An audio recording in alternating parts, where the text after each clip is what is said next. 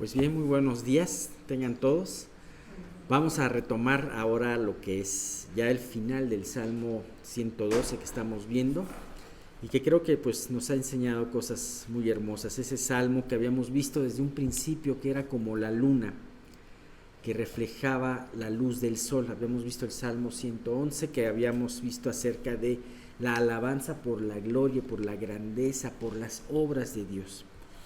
Y vimos que este salmo hablaba de las obras de Dios reflejadas en la vida de aquel que teme a Dios. Ya desde el salmo anterior habíamos visto el concepto tan importante acerca del temor de Dios, que muchas veces se habla de ese temor de Dios en la palabra y que muchas veces no queda muy claro para nosotros. Esperemos que a través de esto no solamente haya quedado claro qué es el temor de Dios, como lo hemos visto, sino también la bendición de vivir en ese temor de Dios, ¿no? Habíamos visto que no es un temor tanto de miedo, aunque eso implica ese miedo a transigir los mandamientos de Dios y de las consecuencias que esto pueda tener, pero más bien es algo que habla de una reverencia, ¿no? Una reverencia, darle a Dios ese trato que Él merece, sabiendo cuál es nuestra posición y cuál es la altura de Él, ¿no? Muchas veces se ha hablado en estos estudios, Miguel ha comentado mucho acerca de todo esto, de cómo muchas veces el hombre menosprecia a Dios llamándole de formas que no están de acuerdo a su investidura, como Diosito, como Chuchito, como muchas de esas cosas que realmente son como blasfemias, ¿no? Pero aquí es tener el temor que nos mueve a reverenciar a Dios y darle de acuerdo a su grandeza. Vamos a orar para que Dios pueda guiar este estudio. Y Dios, pues te queremos dar gracias primeramente porque nos reunimos una vez más para poder hablar de tu palabra, para que tú nos muestres a través de este salmo y a través del estudio de la santidad lo que tú tienes para nosotros. Tú permites, Señor, que el día de hoy todos salgamos muy edificados. Guíanos tanto a Miguel como a mí, Señor, en cada palabra que vamos a decir, que sea que sea de aliento para todos nosotros, que sea de edificación y que podamos salir nutridos el día de hoy a través de estas enseñanzas. Te queremos pedir que por las personas que no han podido llegar, que tú apresures sus pasos y que Dios no se pierdan este estudio y que también las que se han de conectar vía remota puedan hacerlo sin ningún problema de tecnología. Te queremos pedir de una manera muy especial, Señor, por Pati López de Nava, para que tú la estés guardando, para que tú le des aliento en este tiempo de prueba y Dios, en tu voluntad, tú permite que pueda estar con nosotros. También te queremos pedir, Señor, por Margarita y por esta situación que tiene con su hijo. Te damos gracias, Dios, por estos avances que ha venido últimamente, pero también te suplicamos que tú sigas trabajando en la vida de su hijo, en la vida de la familia y contestando las oraciones de Margarita. Te queremos pedir así por todos aquellos que estén teniendo un problema de salud, en una situación que conocemos o que desconocemos, para que tú los guardes, los confortes y sobre todo, Señor, pues puedas aumentar su fe, mostrándoles que tú tienes pensamientos de paz y no de mal. Gracias y te queremos pedir todo esto en el nombre de tu Hijo Jesús. Amén. Pueden sentarse. Bien, pues hablaba de este temor a Dios, ese temor, cómo se expresaba Abraham delante de Dios, ¿no? Lo podemos ver aquella vez que él se intercedió por su sobrino Lot que estaba en Sodoma, cómo Abraham, siendo el amigo de Dios, con tanta reverencia le habla a ese Dios, ¿no? ¿Por qué? Porque él tenía ese temor, esa reverencia. Y una cosa que me gustó mucho de este salmo es ese primer contraste, esa situación de que te habla. ¿Por qué? Porque precisamente tienes temor a Dios. El hombre que tiene temor a Dios no tendrá temor de las malas noticias. Y que es una situación que muchas veces nosotros podemos estar batallando el hecho de ese temor constante que tengamos acerca de recibir una mala noticia. Ajá. Muchas veces podemos no tener preocupaciones, pero el hecho de pensar, híjole, hoy no, pero mañana qué tal si me llega una mala noticia, ¿no? ¿Dónde estarán mis papás? ¿Dónde estarán mis hijos? ¿Dónde estarán mis hermanos? ¿Dónde estarán? En fin, tantas cosas que pueden influir en ese temor, ¿no? Pero Dios te dice, tú puedes estar tranquilo, porque si temes a Dios no tendrás temor de las malas noticias. ¿Por qué? Porque sabes que Dios está a cargo de toda tu vida, a cargo de todo lo que suceda. Hay un versículo que ya hemos visto en un salmo, el Salmo 56:3, que se complementa muy bien con este versículo que dice, yo el día que temo, yo en ti confío. Ajá. Entonces, vimos todo esto. También vimos terminamos de ver acerca de la mayordomía, otro punto, acerca de lo que Dios quiere que tú hagas con lo que Él te bendice, con lo que Él te da. Hablamos la vez pasada de esto, que inclusive muchas veces que alguna vez me confundí y dije Corintios en vez de Crónicas, ustedes se acordarán, pero pero efectivamente, ¿cuál es nuestra actitud hacia las cosas que Dios nos da, hacia los bienes materiales? Ajá. ¿Cómo los consideramos? ¿Los consideramos como que son nuestros? ¿O consideramos que nos consideramos propietarios o nos consideramos administradores? Y la Biblia en múltiples ocasiones nos habla de que somos tan solo administradores de todo lo que Dios nos da, de nuestro tiempo, de nuestro conocimiento, también lo que recibimos de la palabra, también estas verdades que Dios nos permite descubrir en nuestra lectura, en nuestros estudios. También somos administradores de eso, también tenemos la obligación de administrarla y ministrarla a los demás, ¿no? ¿Cómo estamos en esta situación? Y esto viene precisamente a causa del versículo 9 que dice, reparte, da a los pobres, su justicia permanece para siempre.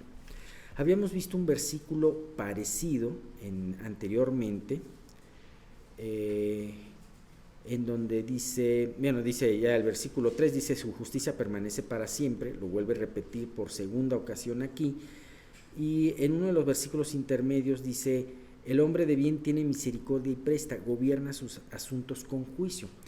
Entonces, aquí podemos ver que es un hombre que Dios ha prosperado, que Dios lo ha llevado a tener buenos hábitos y que Dios ha bendecido la obra de sus manos.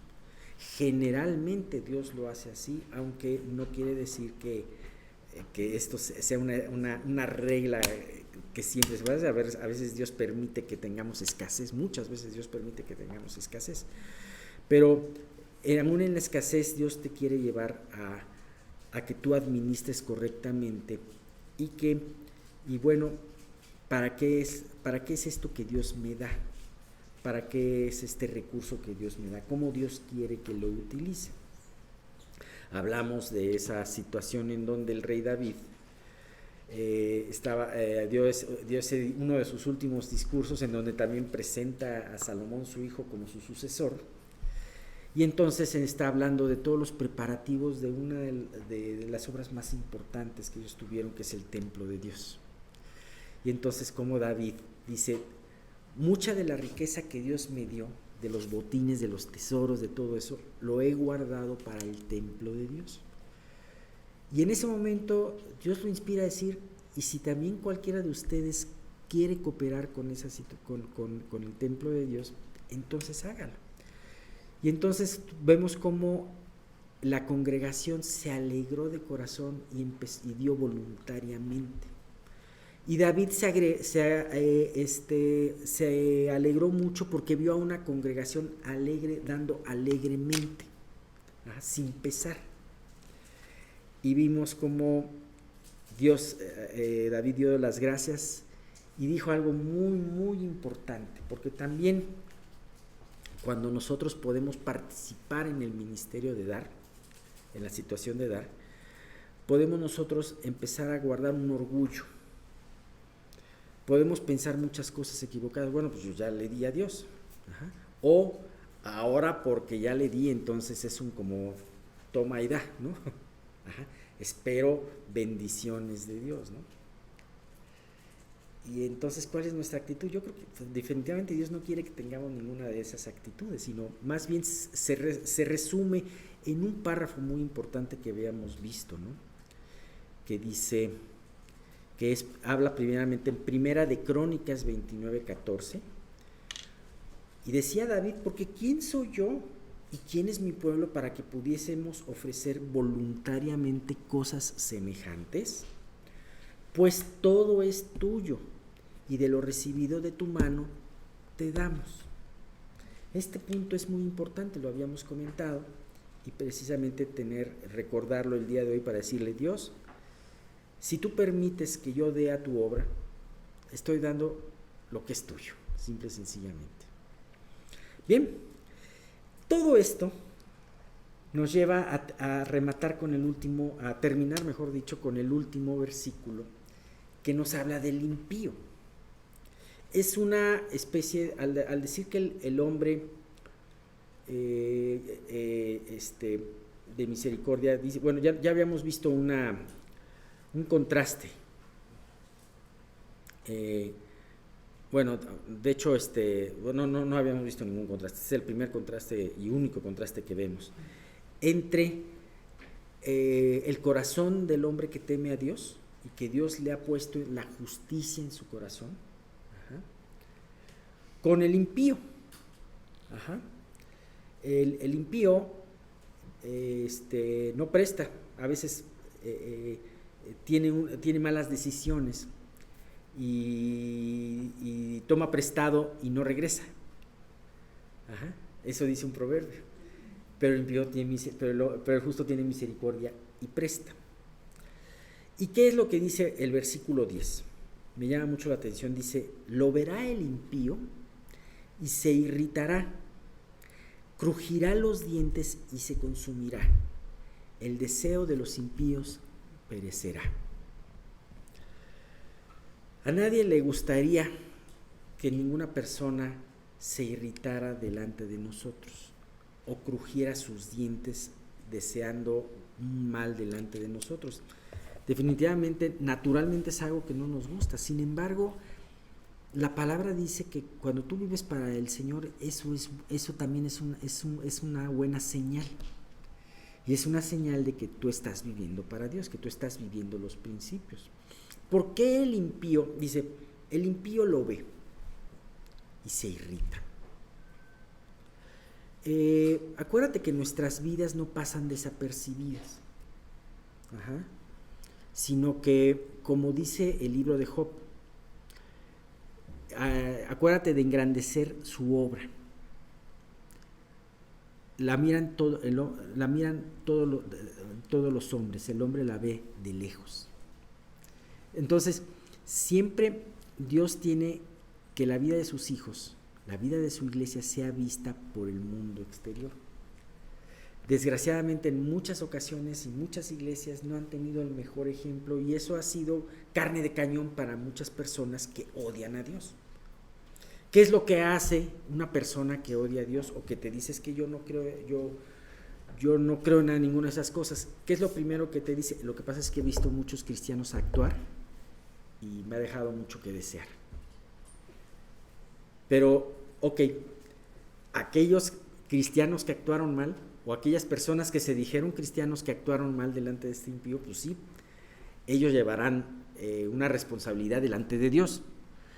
Pero eso no exime al impío de tener una responsabilidad en su rechazo para Dios. Porque finalmente, aquel que no cree, Dios le va a dejar en su vida todas las cosas y circunstancias y situaciones para que pueda creer. Tan solo dice la palabra que la misma creación es un libro abierto y es una situación en donde es lo que necesita una persona, el hombre natural, para creer. Ajá. Y bueno, me llama mucho la atención porque Dios tiene en muchas ocasiones y generalmente a través de sus principios que su hijo prospere. Sin embargo, cuando Dios no tiene esto, es porque tiene un plan maravilloso. Y es que en las situaciones obscuras, en las situaciones de pruebas, en las situaciones de carencias, el hombre que teme a Dios va a brillar y va a dar luz a un mundo que no tiene esperanza, a un mundo que vive en obscuridad. A algunos les gustará, algunos serán impactados por ese testimonio, pero a muchos no les gustará. Dice, lo verá el impío y se irritará, crujirá los dientes y se consumirá, el deseo de los impíos perecerá. Y aquí se utiliza en hebreo una palabra que se llama rasha, que quiere decir impío. Y no me refiero, y aquí con esta palabra no se refiere tanto a una persona que bueno, no conozca el Evangelio y que de repente vea un testimonio y no lo entienda, y a lo mejor por eso no lo entienda, sino a una persona que sistemáticamente ha rechazado el Evangelio, a una persona que conforme ha rechazado el Evangelio ya va teniendo una actitud cada vez más en contra del Evangelio y en contra de aquellos que viven para Dios. Entonces, no es alguien que solamente viva equivocadamente, pero lo que pasa es que no sepa, nadie le ha hablado de la verdad, sino realmente es una persona que ha escuchado y que ha rechazado. Y que aún muchas veces en ese escuchar ha podido entender la importancia del tema de la salvación. Pero, sin embargo, le ha dicho un no a Dios. Y entonces, pues esto es el problema. Cuando una persona no puede estar ante el Evangelio, escuchar el Evangelio y salir de la misma manera. O el Evangelio toca tu corazón y hace que tú empieces a tomar decisiones y resoluciones para Cristo, o el Evangelio te va endureciendo. Y eso es muy peligroso. Ahora, el endurecimiento es muchas veces algo que muchas veces no te das cuenta de lo grave que es o de lo profundo que es en tu vida, pero simple y sencillamente ya empiezas a rechazar. Y entonces empiezas a escuchar algo de Dios, algo de Jesucristo, e inmediatamente te bloqueas. Y eso, pues, es una cosa de preocuparte, porque el único que te puede salvar es nuestro Señor Jesús. Y si tú rechazas la única cuerda de salvación que puedes tener, pues no vas a ser salvo, ¿no? Este término de rasha tiene varias connotaciones y es muy importante, es muy interesante estudiar lo que dice las palabras en hebreo, porque a veces tienen significados que son muy vastos, pero que te ayudan también a comprender más la idea. Nos habla también de alguien que está dislocado, alguien que está desorganizado, como un tumulto, como una tormenta. Nos habla de alguien que vive en el desasosiego. En términos generales, está muy ligado el término rasha, no solamente un pecador, sino alguien que vive intranquilo, perturbado. Esto hace recordar un poquito este versículo. Ustedes ya se imaginarán qué versículos voy a tomar de Isaías, ¿no? Isaías 57, 20 y 21, que dice, fíjate qué importante es este punto. Pero los impíos son como el mar en tempestad, que no puede estarse quieto, y sus aguas arrojan cieno y lodo. No hay paz, dijo mi Dios, para los impíos. No sé si tú has visto aquellas imágenes terribles de inundaciones, o por ejemplo, cuando fue ese terremoto de hace más de 10 años en Japón, había imágenes del tsunami que eran terribles, ¿no? Yo siempre me imaginé el tsunami como en las películas, una ola enorme, grandotota, que iba sobre el centro de la ciudad. Pero no, el tsunami, vas viendo cómo va creciendo, va creciendo, va creciendo. ¿Qué color tienen las aguas de un tsunami o de una inundación? No son azul turquesa, ¿verdad? Son color café con leche, son lodosas, ¿no? Porque el tsunami o la inundación va arrastrando todo a su paso. Vas viendo árboles que pasan, ves en ese video me acuerdo, veías coches en el río y veías barcos en la calle. Entonces lo va arrastrando todo, ¿no? Y la gente está tomando esas películas esos videos desde una azotea. Bien, imagínate la vida de un impío viendo esa imagen, porque no solamente en tu alma hay una inundación, hay una tormenta, sino también a través de tus decisiones como impío vas destruyendo muchas cosas, vas destruyendo relaciones, vas destruyendo personas, vas destruyendo todo a tu paso como un tsunami. Por eso dice, no puede estarse quieto. O sea, el mundo nos ha vendido una imagen, dice, no hombre, yo si dejo de pecar, entonces ya no me voy a divertir, ¿no? Ajá. Ya no voy a poder, o si dejo de pecar ya no voy a poder lograr lo que quiero hacer. Cuando realmente está diciendo, si estás pecando eres impío, y si eres impío entonces no puedes estarte quieto. Tus aguas, tu vida va a arrojar cieno y lodo, y hay una sentencia, no hay paz, dijo mi Dios, para los impíos. Así que podemos ver que en este versículo se está definiendo se está describiendo aquel que está definido en contra de Dios, y al estar definido en contra de Dios, entonces ve a aquel que vive para Dios y se irrita. Escucha un mensaje de Dios y se irrita, se justifica. Ve el actuar de una persona que toma una decisión a favor de Dios, una decisión de honestidad. Y a veces son decisiones no trascendentales, sino son decisiones diarias, ¿no? O sea, no dar una mordida,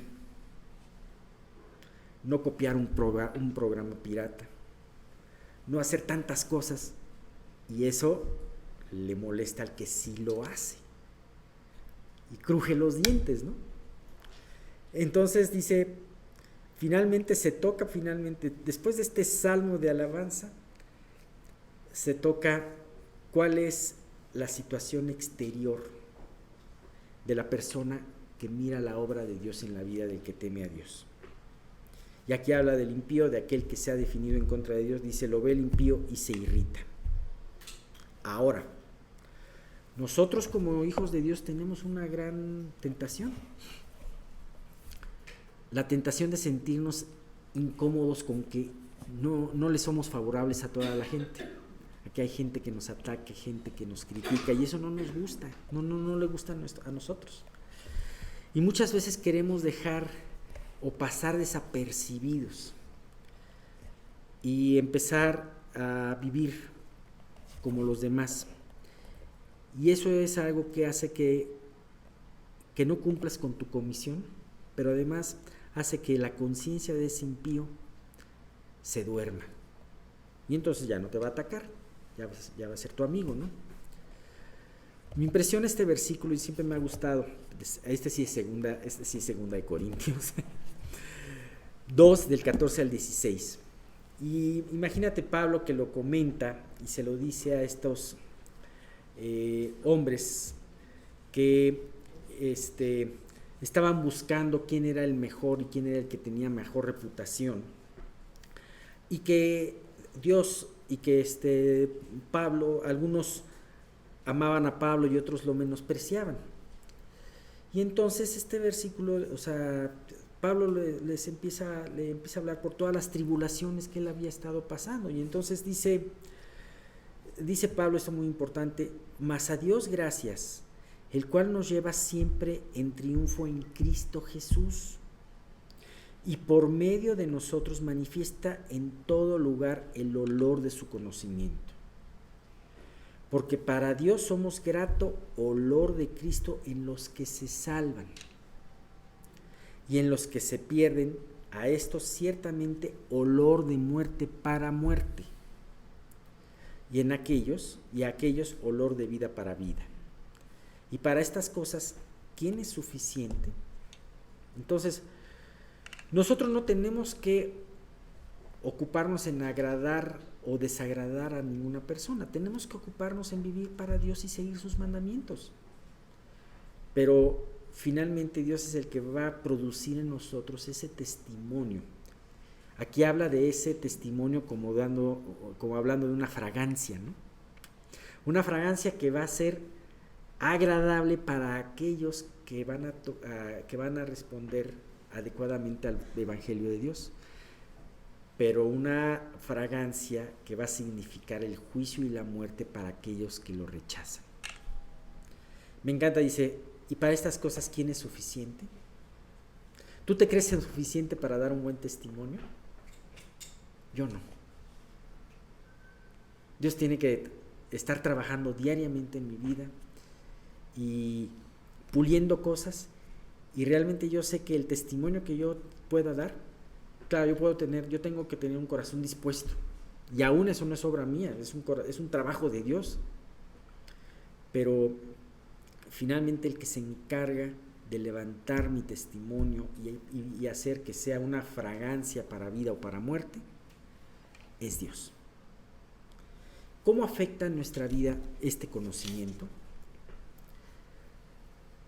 Pues creo que nos podemos dar cuenta si nuestra vida constituye un aliento a los demás, constituye un rechazo a otros, o constituye un adormecimiento para aquellos que están perdidos. Podemos estar oliendo a cloroformo, ¿verdad? Cloroformo adormece. Y bien,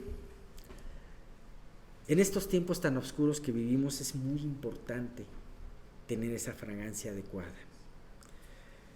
En este tiempo en donde vemos tanta maldad sin juzgar y que vamos a verla cada día peor, en donde el impío flagrantemente actúa en contra de los principios de Dios y nada pasa. ¿Cuándo nos hubiéramos imaginado hace unos 10, 20 años que se iban a estar popularizando las ideas que hoy vemos? Y me hablo acerca del aborto, me hablo acerca de la teoría de género, acerca de muchas cosas. ¿Cuántas? La otra vez me llamó mucho la atención una cifra, que en los últimos años se ha quintuplicado el tráfico de niños para pedofilia. Es impresionante. ¿Y sabes qué? Vivimos en tiempos oscuros realmente. Pero con este salmo creo que Dios nos quiere dar esa luz en el camino, en donde podemos tener certeza de que las promesas de Dios se cumplen, y que este salmo nos invita a seguir temiendo a Dios y no temiendo esas circunstancias, a poner nuestros ojos en Dios y no en las circunstancias. Él se encargará de todo lo demás y cumplirá a su tiempo sus promesas. Y con esto terminamos nuestro Salmo 112. La próxima semana, si Dios nos lo permite, comenzaremos un grupo de salmos muy interesantes, que son unos salmos aleluya, o salmos jalel. Ya platicaremos un poquito acerca de esto. Es un preámbulo para el salmo grandotototototote que vamos a ver después, que es el Salmo 119. Qué cosa curiosa, quedan muy cerca dos salmos. Vamos a ver en estos jalel un salmo, el salmo más chiquitito, más 2 versículos tiene el Salmo 117. Pero ya es un poquito para ver esto, pero son salmos muy bonitos, ¿no? Bueno, y muy interesantes. ¿Qué experimentaron? Hace 8 días que no tuvimos estudio.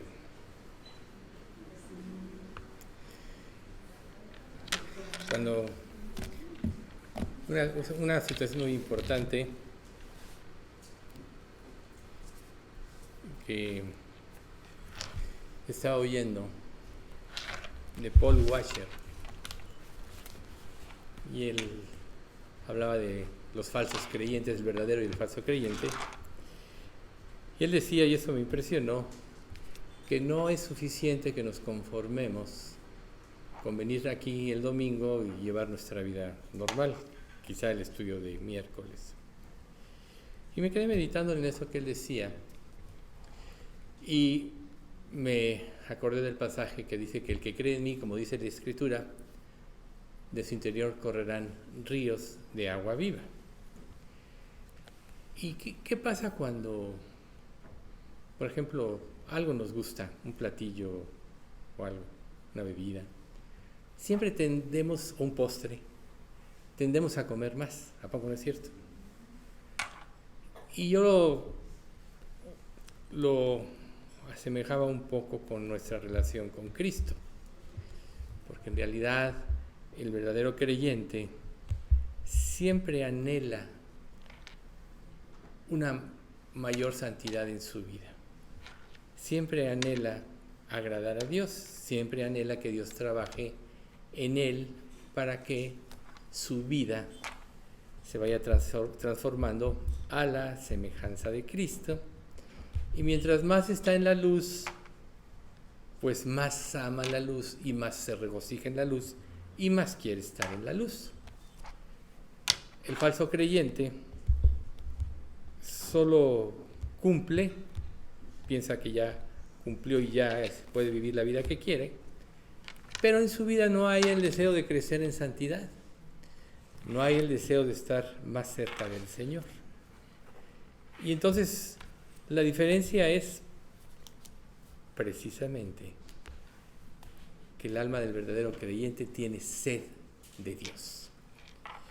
Y lo que quizá debías preguntarte es, ¿cuánta sed tienes de Dios? ¿O con qué te conformas? En Zacarías capítulo 1, versículos 3 y 4 dice: por lo tanto, dile al pueblo, el Señor de los ejércitos celestiales dice, regresen a mí y yo me volveré a ustedes, dice el Señor de los ejércitos celestiales. No sean como sus antepasados que no querían escuchar ni prestar atención cuando los antiguos profetas les dijeron, el Señor de los ejércitos celestiales dice, apártense de sus malos caminos y abandonen todas sus prácticas malvadas. Esa siempre ha sido la exhortación de Dios.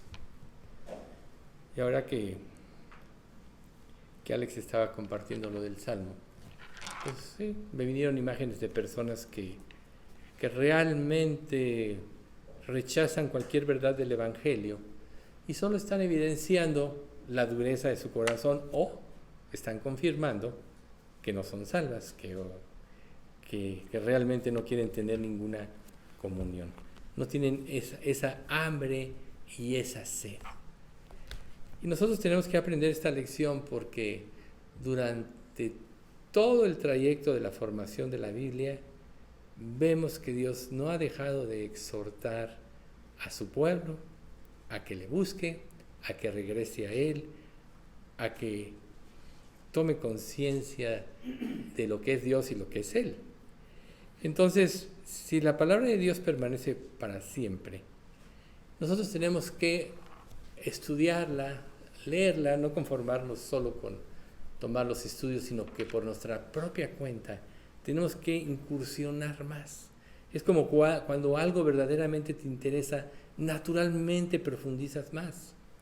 Y así es en la palabra de Dios. Quizá en la vida tú puedas profundizar en muchas cosas y claro que es bueno, pero si no está en tus prioridades profundizar y crecer en la palabra de Dios, algo anda mal.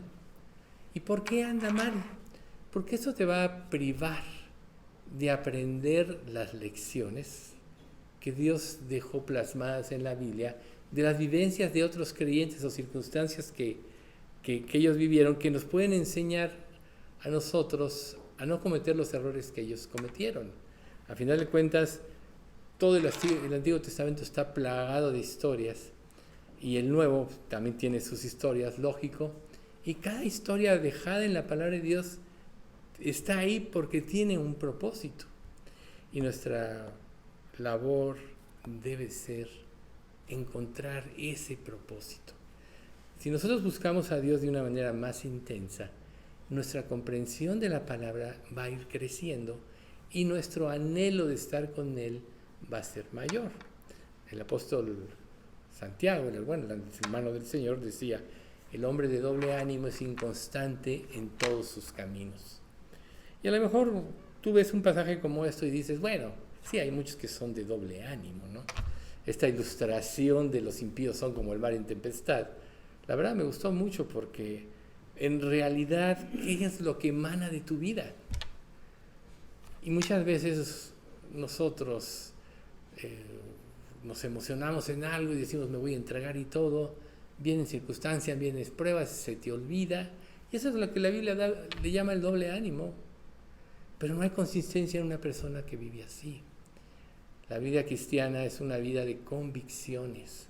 No es que porque otro creyente te diga, o en un estudio se te diga que puedas estar mal en algo, tú ya vas a decir, sí, voy a estar mal, voy a salir, voy a cambiar. Si el Espíritu Santo no te convence, si el Espíritu Santo no te hace ver la realidad de tu vida, claro que no vas a cambiar. Y podrás escuchar la mejor estructura en una predicación, pero no te va a mover. El que nos mueve es el Espíritu Santo. Y cómo el Espíritu Santo va a actuar en nuestra vida con mayor libertad, precisamente cuando nosotros le buscamos de todo corazón, cuando realmente queremos que Dios nos enseñe.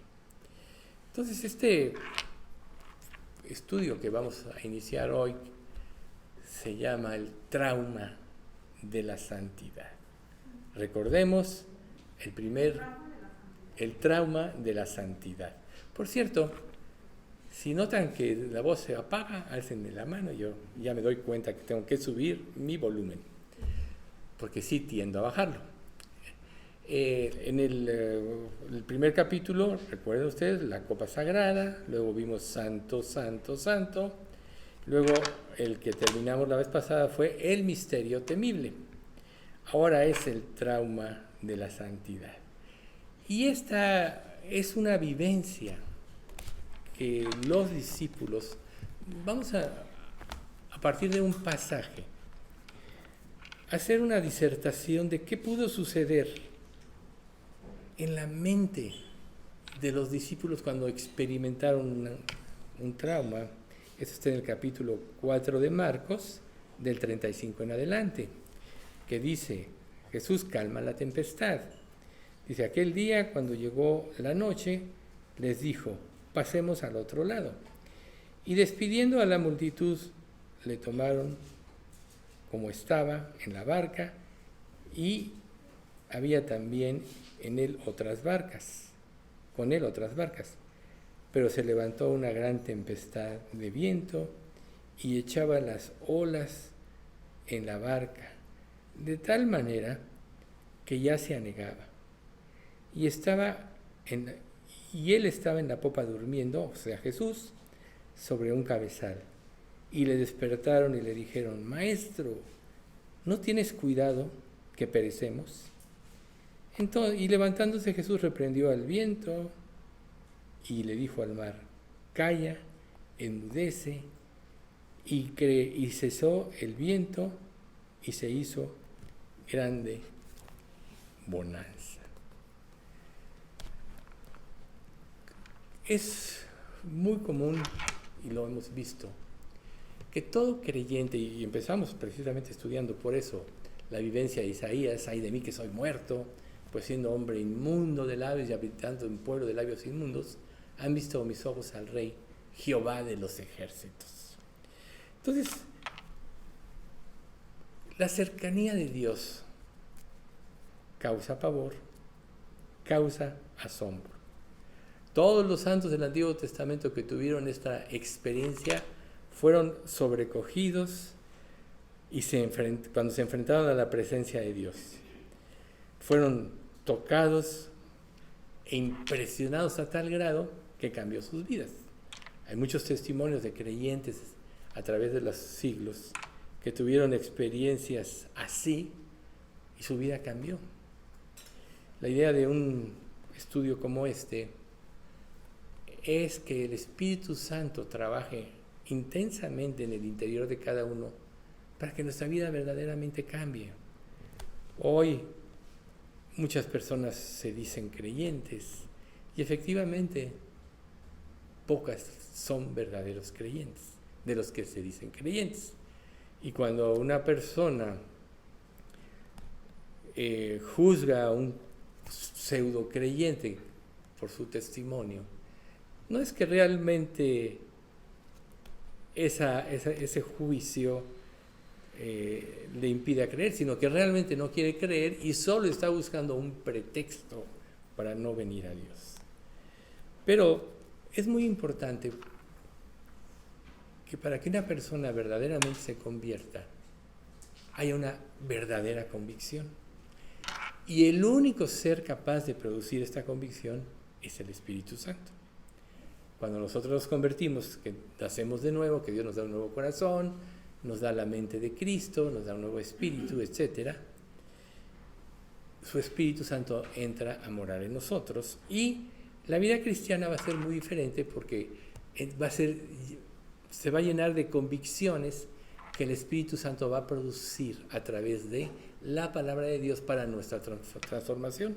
Recuerden, así que la fe es por el oír y el oír por la palabra de Dios. La convicción la genera solo la palabra de Dios y el Espíritu Santo es el que le da vida, el que saca a flote lo más oscuro que hay en nosotros, lo más profundo que a veces nosotros ni entendemos, lo saca a flote siempre. ¿Para qué? Para arrepentimiento y para poder experimentar una cercanía mayor a Dios y una mayor comunión con Él. Entonces, cuando Marcos escribió el Evangelio y tocó este punto, pues recuerden que los discípulos, la mayoría en sí, eran pescadores y pescaban principalmente en el mar de Galilea. El mar de Galilea está abajo del nivel del mar, está entre montañas y tiene la característica de que es totalmente inestable. De una profunda quietud y calma se puede desatar de repente la peor tempestad que se puedan imaginar al costo de sus vidas. Los discípulos, como pescadores, sabían, toda su vida, desde que empezaron a salir con sus padres, seguramente, que también eran pescadores, habían adquirido esta experiencia y sabían. Lo que ellos tenían como transporte no eran yates o barcos grandes, eran lanchas, donde ellos pescaban y subían los peces y los llevaban a la orilla y luego los vendían, consumían, ¿sí?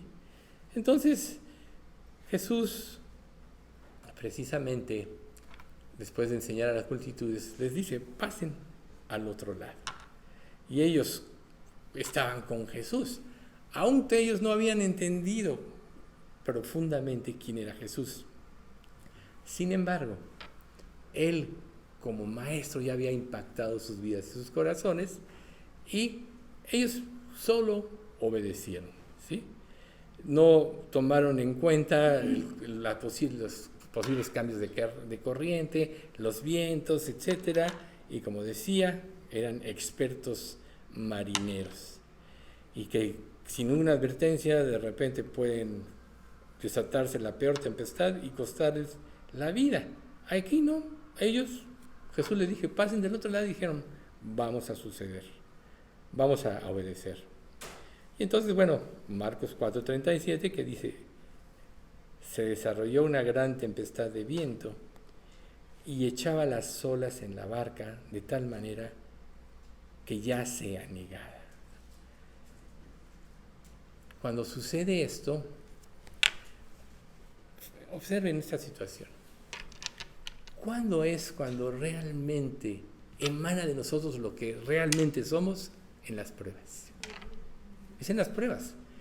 Tú puedes acostumbrarte a manejar tu vida cristiana, moderar tu lenguaje, sabes qué hablar con otro creyente, sabes cómo comportarte en un lugar, pero si tú no lo haces en forma uniforme aquí y afuera, realmente eres un hipócrita. Eres una persona de doble ánimo en un sentido también, porque estás viviendo una vida dual. ¿Y qué dice la Escritura? Que Dios odia a las personas que son deshonestas, las que llevan una doble vida, porque a ellas no se les puede enseñar. Te pueden decir que sí a lo que les digas, pero por dentro de su corazón, ellos ya determinaron qué van a hacer. Tú dices esto y yo voy a hacer esto. ¿Cuántas veces en un estudio como este no se han dicho verdades y sale y hacen lo que quieren? Una vez una familia que venía aquí, me tocó hablar con la esposa, que se supone que era incrédula.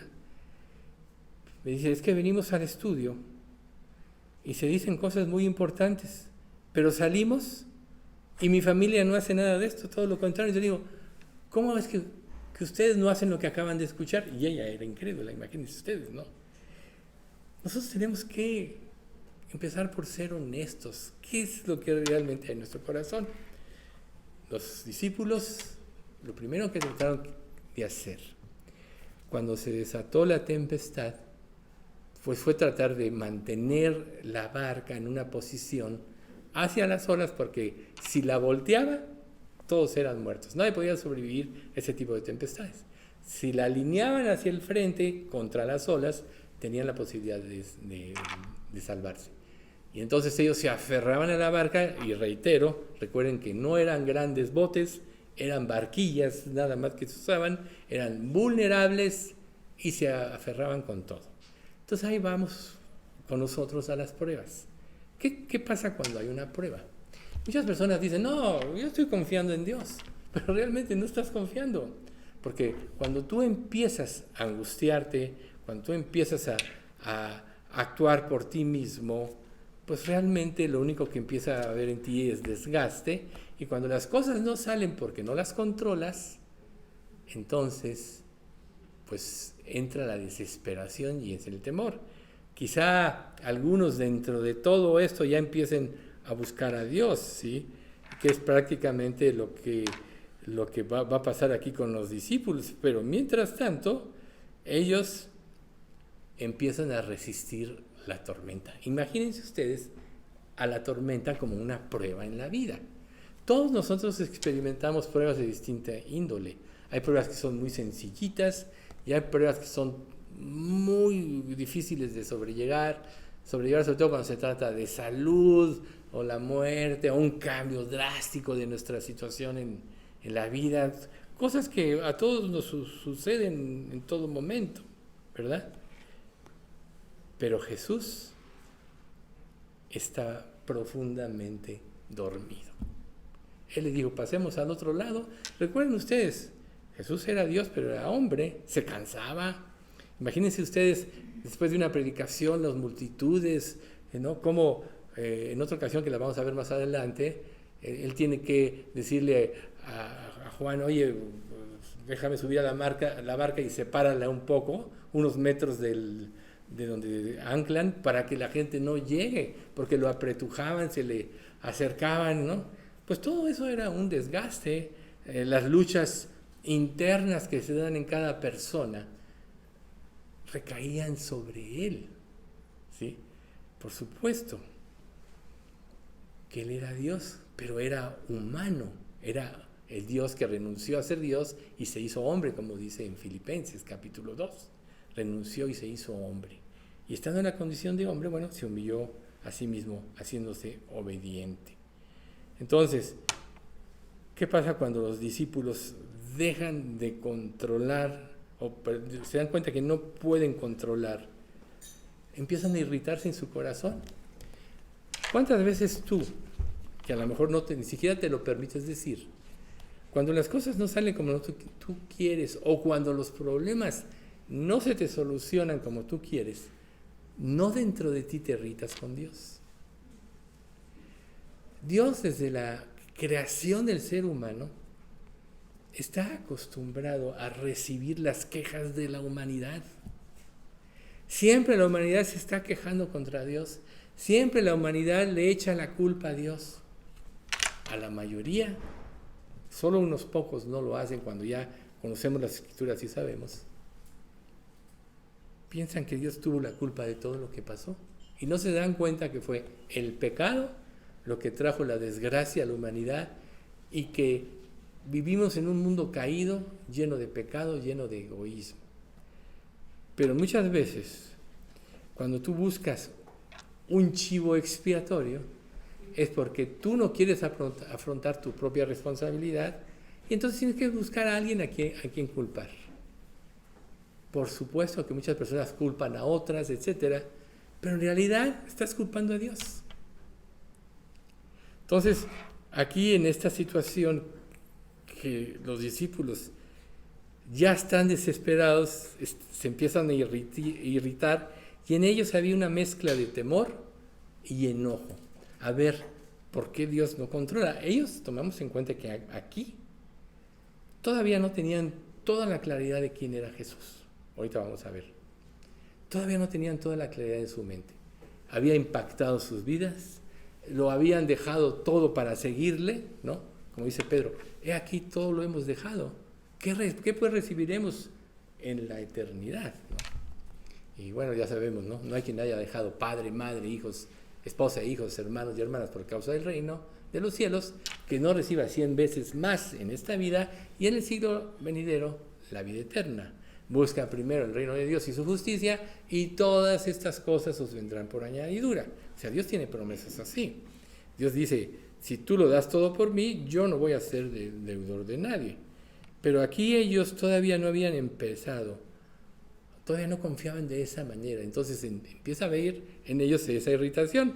Entonces van y despiertan a Jesús, ¿sí? Esperaban que Él hiciera algo, jamás se imaginaron lo que Él iba a hacer. A ver qué puedes hacer por nosotros. Nosotros ya luchamos, pero si tú puedes hacer algo, bueno, ¿no? Es como cuando Jesús baja de la montaña y los discípulos no pudieron echar fuera un demonio y baja y dicen, oye, pues es que tus discípulos no pudieron, pero si tú puedes hacer algo, ¿qué responde Jesús a este hombre? De que tenía hijo endemoniado.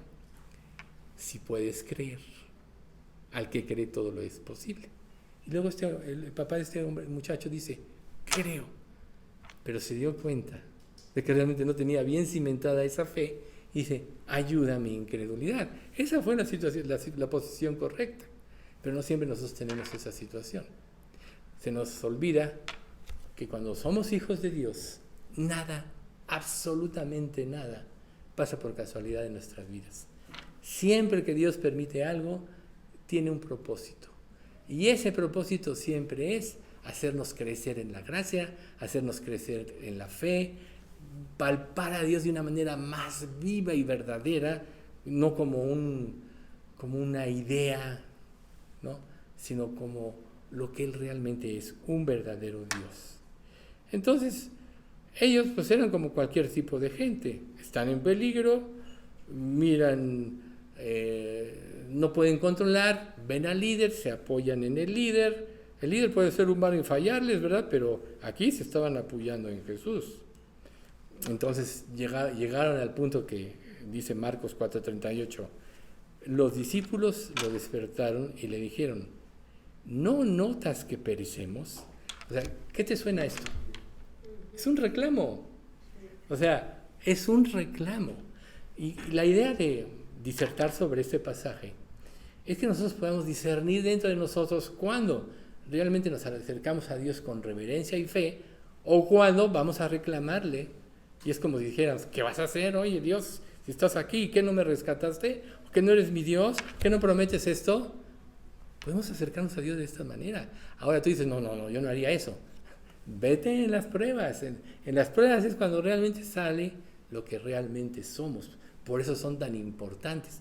Porque ahí, al ver lo que realmente eres, es cuando tú puedes corregir. Si tú no ves lo que realmente eres tú, y recuerden que estamos viendo que se enfrenta a Dios, a la santidad de Dios, se va a ver totalmente desenmascarado de todo lo que Él es. Entonces, si tú no te ves como realmente eres, que es como Dios te ve, ¿cómo vas a poder arreglar tu vida? Todos tendemos siempre a justificarnos de una u otra manera. Y a veces tú puedes decir, tú te estás justificando, pero no te das cuenta que tú también te justificas en otras. Todos somos iguales. Lo importante aquí es Dios.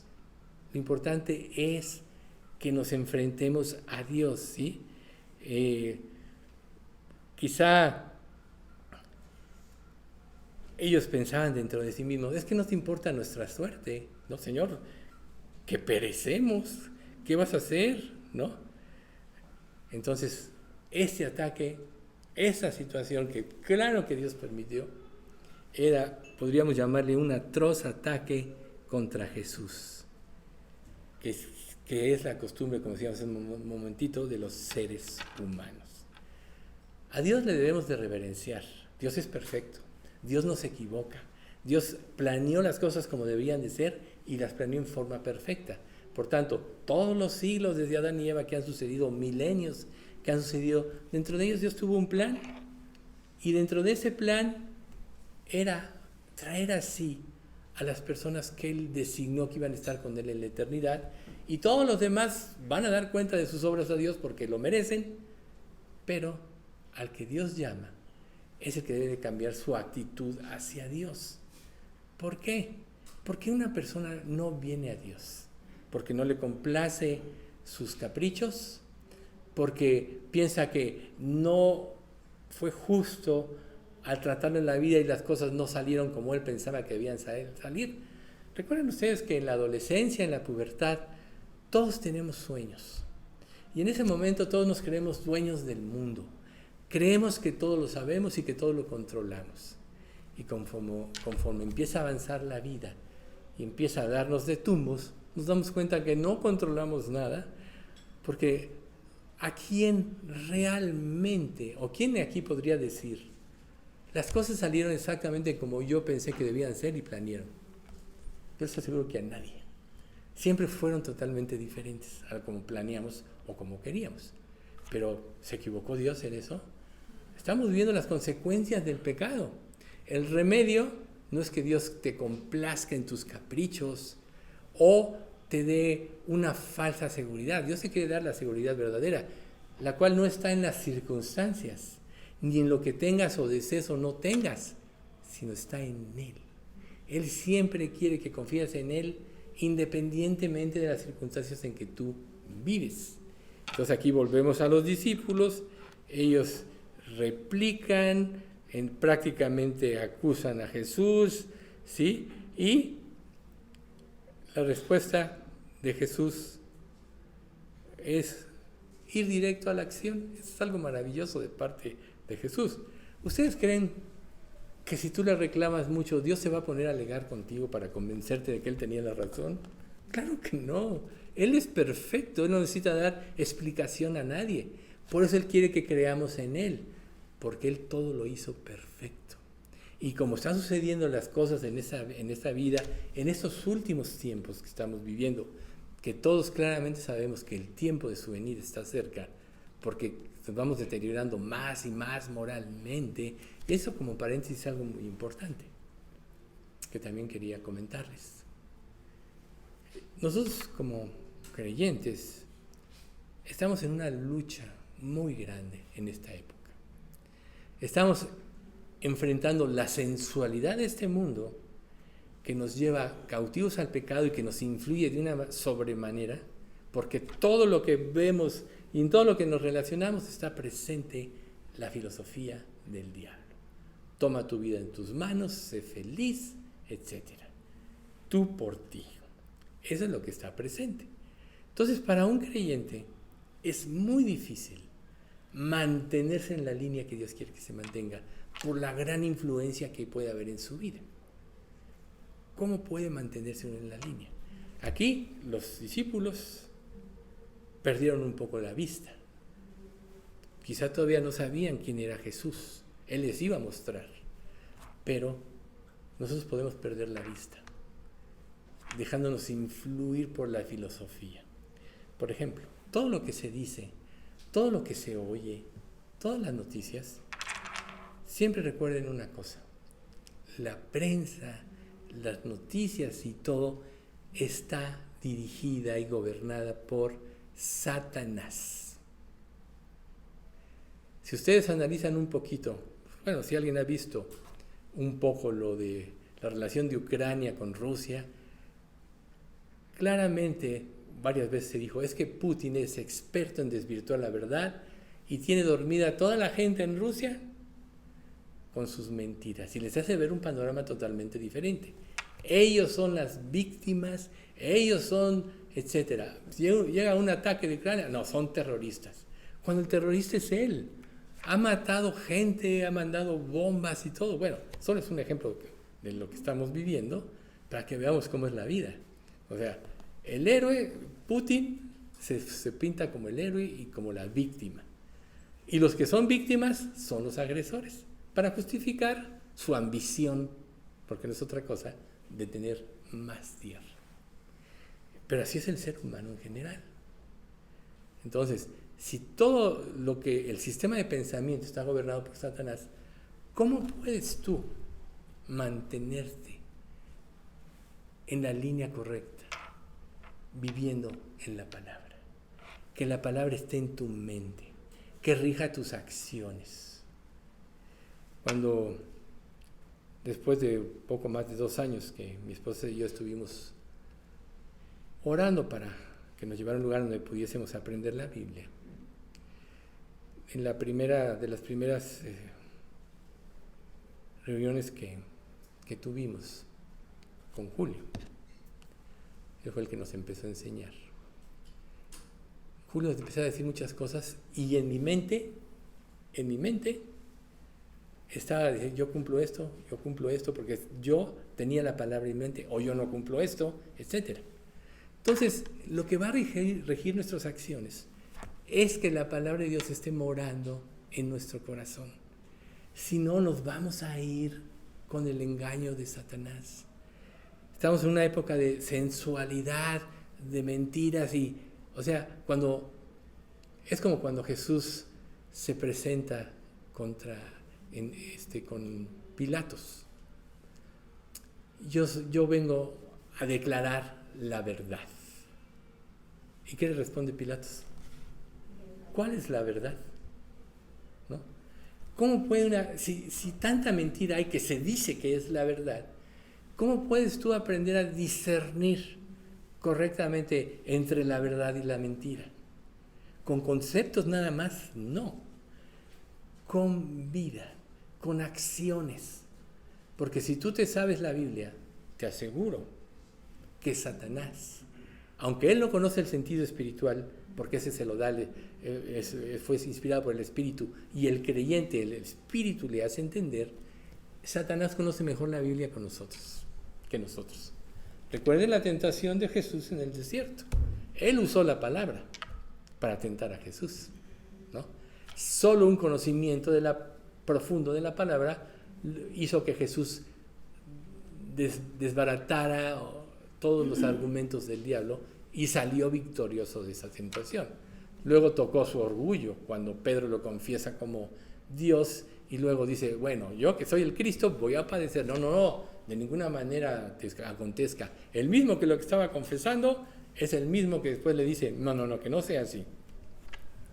Y Jesús tiene que desenmascarar la acción de Satanás a través de Pedro. Por eso dice, quítate delante de mí, Satanás, porque me eres tropiezo.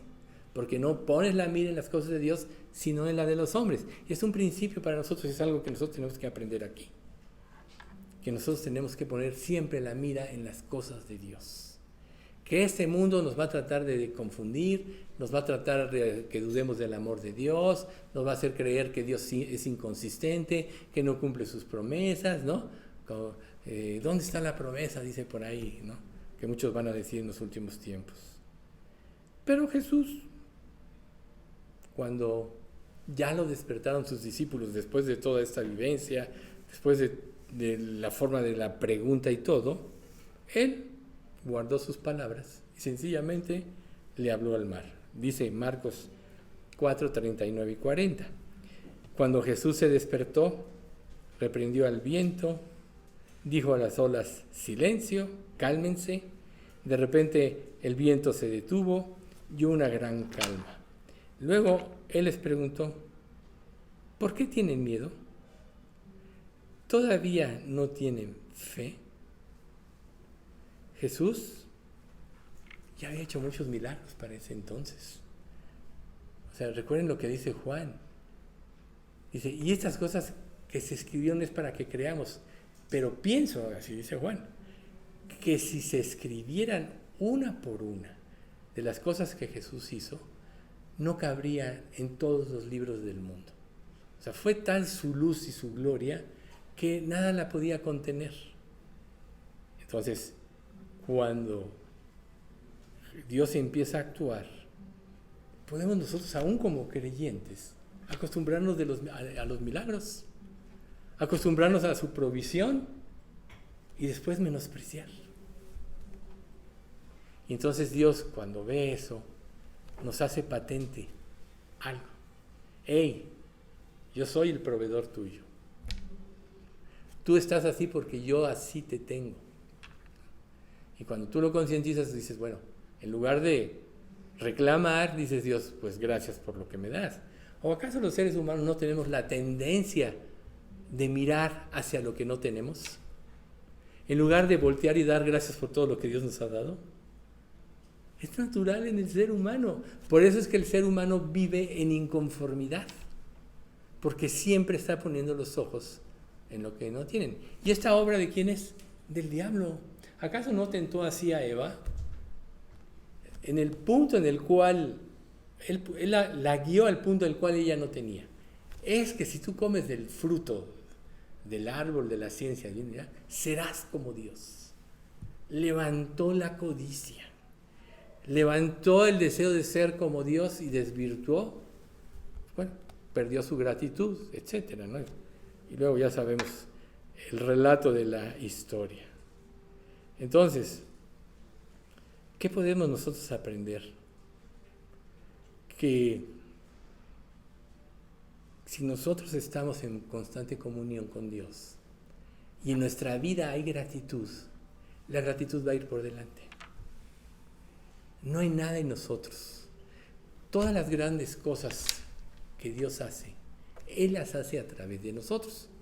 Por eso en esta parte que mencionó Alex hace rato, yo soy de Pablo, yo de Cefas, yo de Apolos, y Pablo dice, ¿acaso está dividido Cristo? ¿O fue crucificado Pablo por vosotros? Porque así es el ser humano, siempre tiende a poner los ojos, no en Dios, porque se les olvidó que quien inspiró a Pablo, quien inspiró a Apolos, a Cefas, era Dios. Ellos solo eran canales del Espíritu Santo para que la gente aprendiera. Por tanto, la gratitud siempre es hacia Dios. Pero si quitamos tantito los ojos de Dios, entonces ya no nos va a parecer suficiente, ya no nos va a parecer lo correcto y entonces vamos a caer en pecado. Entonces, con solo una palabra Jesús controló toda la naturaleza. Enmudece, se calmó la tempestad, las olas se calmaron, se hizo una gran mudanza. ¿Qué significa esto? Que la acción de Dios en nuestras vidas, la verdadera acción de Dios en nuestras vidas, nos debe llevar a esa paz que sobrepasa todo entendimiento. Cuando no tenemos esa paz, tenemos que reconocer que no estamos confiando, que no le estamos dando a Dios el lugar que Él merece. Cuando tú vienes aquí a un estudio y dices, bueno, yo ya cumplí, estás totalmente equivocado. ¿Sabes por qué? Porque lo de Dios nunca se acaba. Tú necesitas depender de Dios cada momento, cada instante de tu vida, porque si no vas a pecar. Naturalmente vas a pecar. Y el diablo quiere eso. Quiere que te conformes con migajas cuando Dios quiere darte un banquete continuo. Pero así somos los seres humanos. A veces nos conformamos con algarrobas, ¿no? Como el hijo pródigo. Pero recordemos la historia.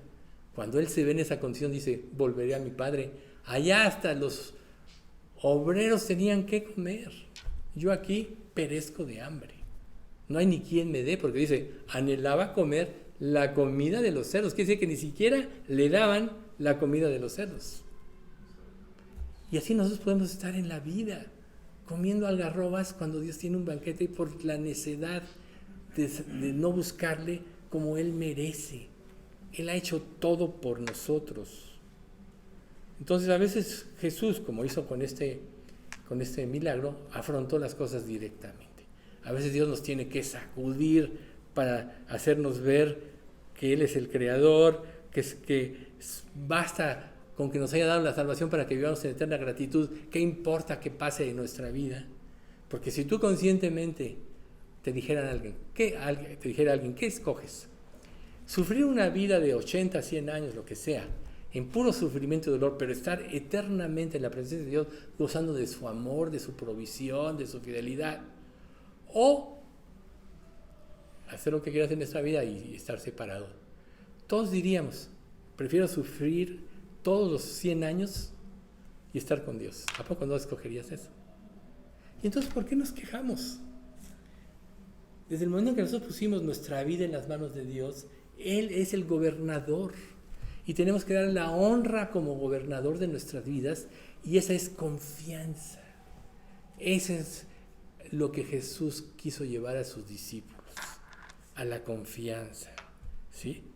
Y cuando actúa el milagro de Dios y se manifiesta su santidad, fíjense lo que pasa. Marcos 4:41. Los discípulos estaban completamente aterrados. ¿Quién es este hombre?, se preguntaban unos a otros. Hasta el viento y las olas lo obedecen. Aquí nosotros vemos un extraño patrón. O sea, ellos estaban aterrorizados, reitero, por el mar, las olas de la tempestad. Luego entra Jesús y se calma todo, y en lugar de ponerse contentos, se aterraron. ¿Saben por qué? Porque estar en la palabra de Dios pone al descubierto lo que somos. Recuerden, Dios es fuego consumidor. O sea, Él es luz que pone en evidencia lo que realmente somos. Cuando una persona no quiere venir a Cristo o no quiere profundizar en su relación con Dios, es que realmente no quiere dejar el pecado. Es que realmente no le quiere dar el gobierno de su vida a Dios. Quiere seguir gobernando su vida. Y lógico, el precio se va a pagar. Imagínense, todos los capítulos que Job tuvo que vivir para que al final, en el capítulo 42 capítulos de su vida, 41, él dijera, de oídas te había oído, mas ahora mis ojos te ven. Por tanto, me aborrezco y me arrepiento en polvo y ceniza. Eso es lo que debe ocasionar la santidad de Dios en nuestra vida. El ver lo que realmente somos debe llevarnos a un aborrecimiento, porque nuestra inclinación natural es hacia el pecado, y anhelar que Dios nos dé su vida. Pero entonces los discípulos se pudieron poner contentos, pero se aterraron, como se aterró Isaías, como se aterró Job también, ¿no? Entonces, el famoso psiquiatra Sigmund Freud, él en su teoría dijo que cuando el hombre no puede explicar un evento en su vida, así nada más acortando esta situación, siempre se trata de atribuir a algo, ¿no? A una religión o un Dios que se forman y le añade ese atributo a él porque no controla y no entiende. Pero tratándose de Dios es muy diferente, porque Dios sí controla, Dios sí entiende y Dios es un Dios personal. Con Él no se puede negociar.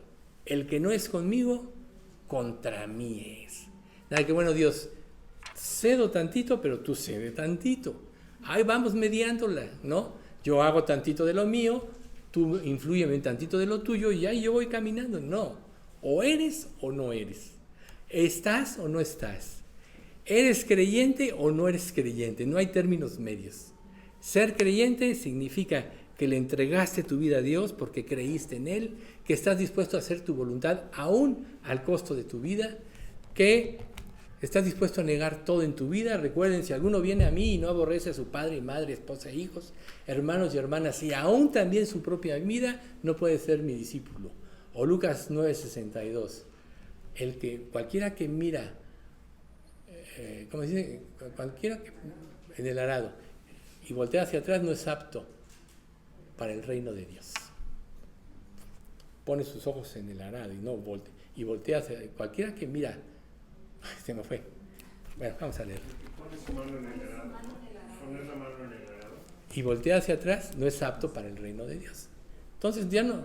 Si estás en Cristo ya es que ya no te vas a volver atrás porque ya estás convencido.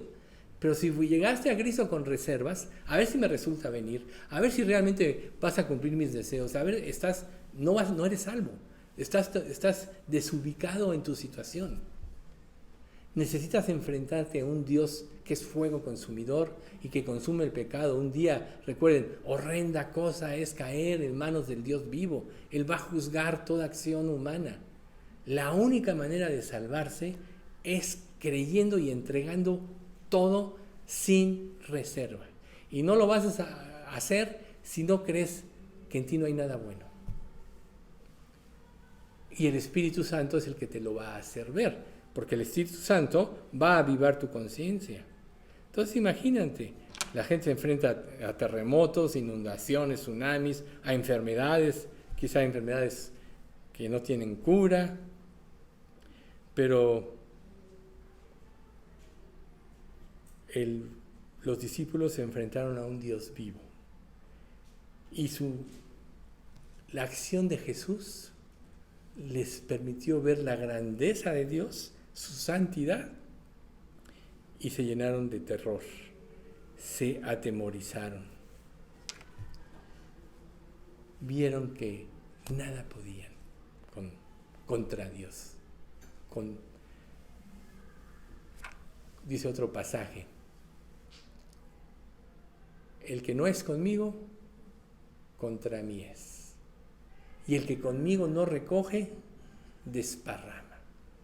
¿Qué mayor ilustración quieres? Si tú no estás al 100% con Cristo, estás contra Él. Pero este mundo quiere minimizar estas cosas. No es para tanto. Los cristianos son unos exagerados, son unos mochos, ya no se pueden divertir, ya no toman, ya no esto, ya no lo otro, ya no aquella, qué aburrida vida. Claro, ese es el planteamiento del diablo. Y esos ignoran voluntariamente o ignoran que la verdadera felicidad es una relación con Dios. El gozo de la vida cristiana supera cualquier satisfactor que esta vida te pueda dar, que por cierto no son satisfactores, porque todo satisfactor de esta vida te va a cobrar con tu salud, con tu integridad emocional y muchas cosas, porque todo te lleva al pecado. Si esta vida, cualquiera de sus filosofías, te llevara a Dios, estaríamos en la verdad. Pero eso no es cierto, porque si fuera así, el mundo estaría de parte de Dios, absolutamente, ya. Pero vemos que el mundo está en contra totalmente de Dios. Cada día quieren saber menos de Él. Ya lo prohibieron en las escuelas, en muchos lugares, ya prohibieron en otros tantos leer la Biblia, ya no puedes mencionar un pasaje porque te puede causar un problema verdadero, etc. Ya no puedes juzgar a una persona haciéndole ver su situación, porque estás hiriendo. Generación de cristal es esta. dicen hoy. No vais a ofenderlo, no lo toques. El mundo así no va a ir a Dios. Por eso Dios tiene que confrontarnos directamente. Entonces, la tormenta que Jesús permitió les dio ese temor reverente a sus discípulos. ¿Sí? Ellos se dieron cuenta que estaban ante la presencia de un Dios santo. Y eso es lo que cambia las vidas.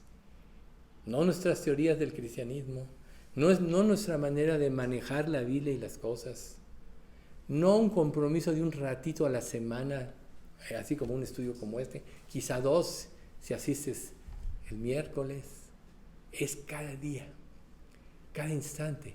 Así como Dios te dice, orad sin cesar. ¿Cómo te puede pedir Dios orar sin cesar? ¿Que no tengo que trabajar? ¿Que no tengo que empezar en otras cosas? No.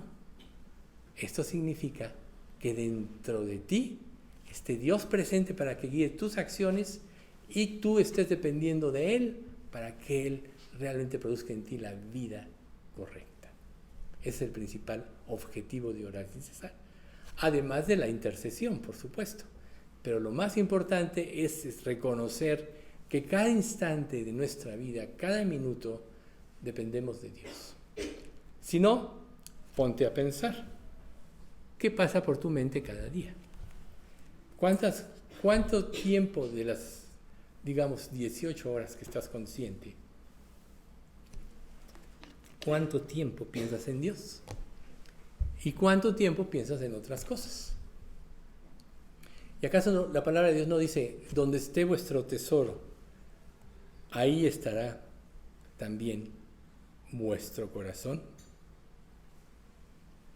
Entonces, después de ese terror que causó en los discípulos, ellos dijeron, ¿quién es este que aún el viento y el mar lo obedecen? Ellos estaban buscando una categoría donde encuadrar a Jesús, pero se dieron cuenta que Él superaba cualquier clasificación humana. ¿Por qué creen que Dios nos pide vivir por fe? Porque nosotros también tendemos a clasificar, ¿no? Bueno, tanto por ciento de Dios aquí en mi vida, tanto por ciento de esto, tanto por ciento del otro. No es así. Es todo. O díganme una cosa.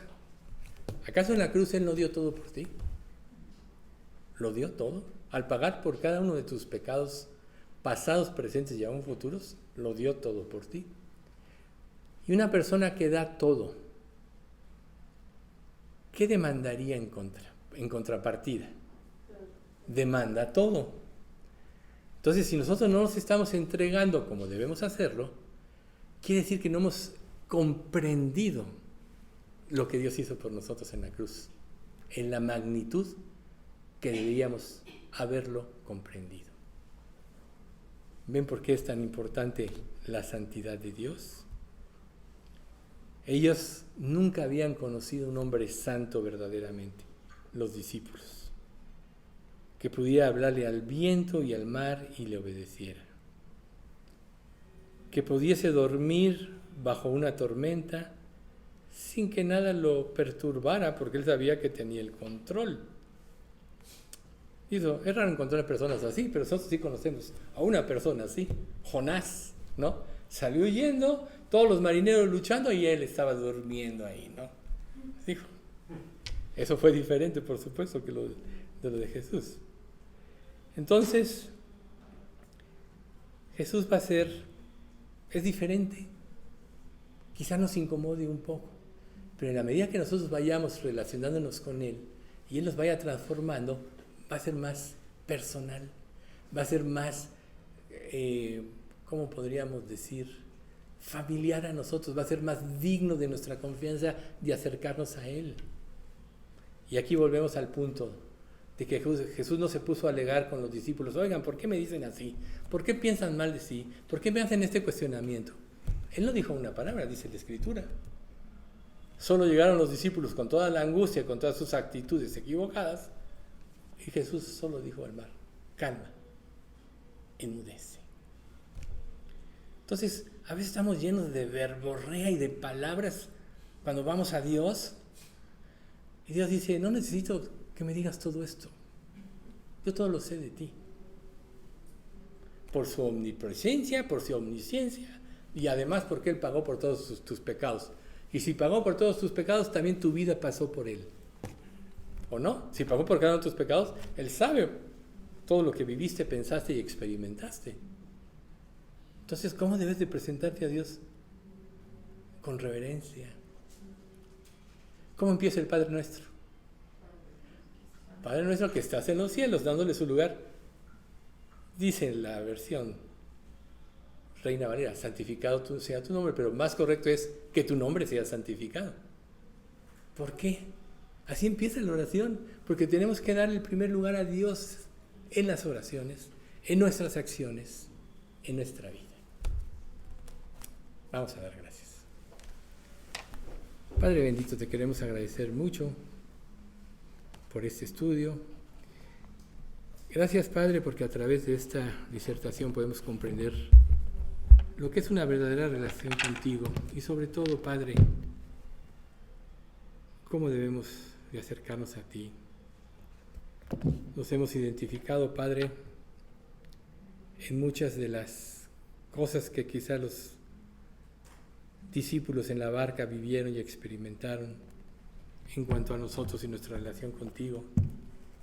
Pero, Señor, tú todo esto nos lo haces saber, nos lo haces conocer para que podamos discernir correctamente y vayamos siempre a ti con la actitud adecuada, con la actitud correcta. Tú eres Dios, nosotros somos hombres, pero nos redimiste a través de Cristo, Señor.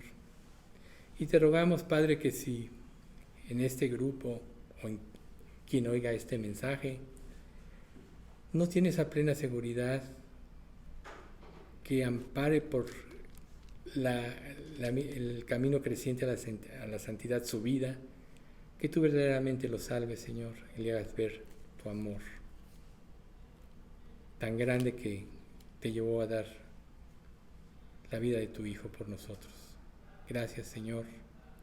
Bendice nuestra iglesia, manténla siempre en las enseñanzas correctas, bíblicas.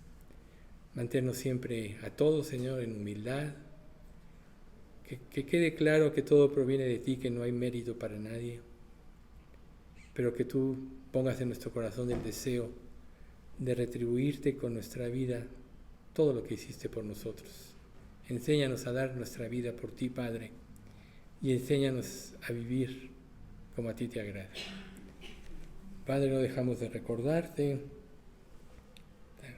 a Pati López, Señor, que tú la alientes, la ayudes en este proceso tan difícil, y también lo que está viviendo Margarita, también con su hijo Marco Antonio, también por Ernesto, que no sabíamos de él, pero Héctor fue y parece que lo operaron. Señor, pues tú sánalo y tráelo pronto de regreso, confirma su fe y su salvación, y por cada uno de nosotros y nuestras familias, que tú nos concedas la salvación de ellas. Todo esto en nombre de Cristo Jesús te lo pedimos. Amén.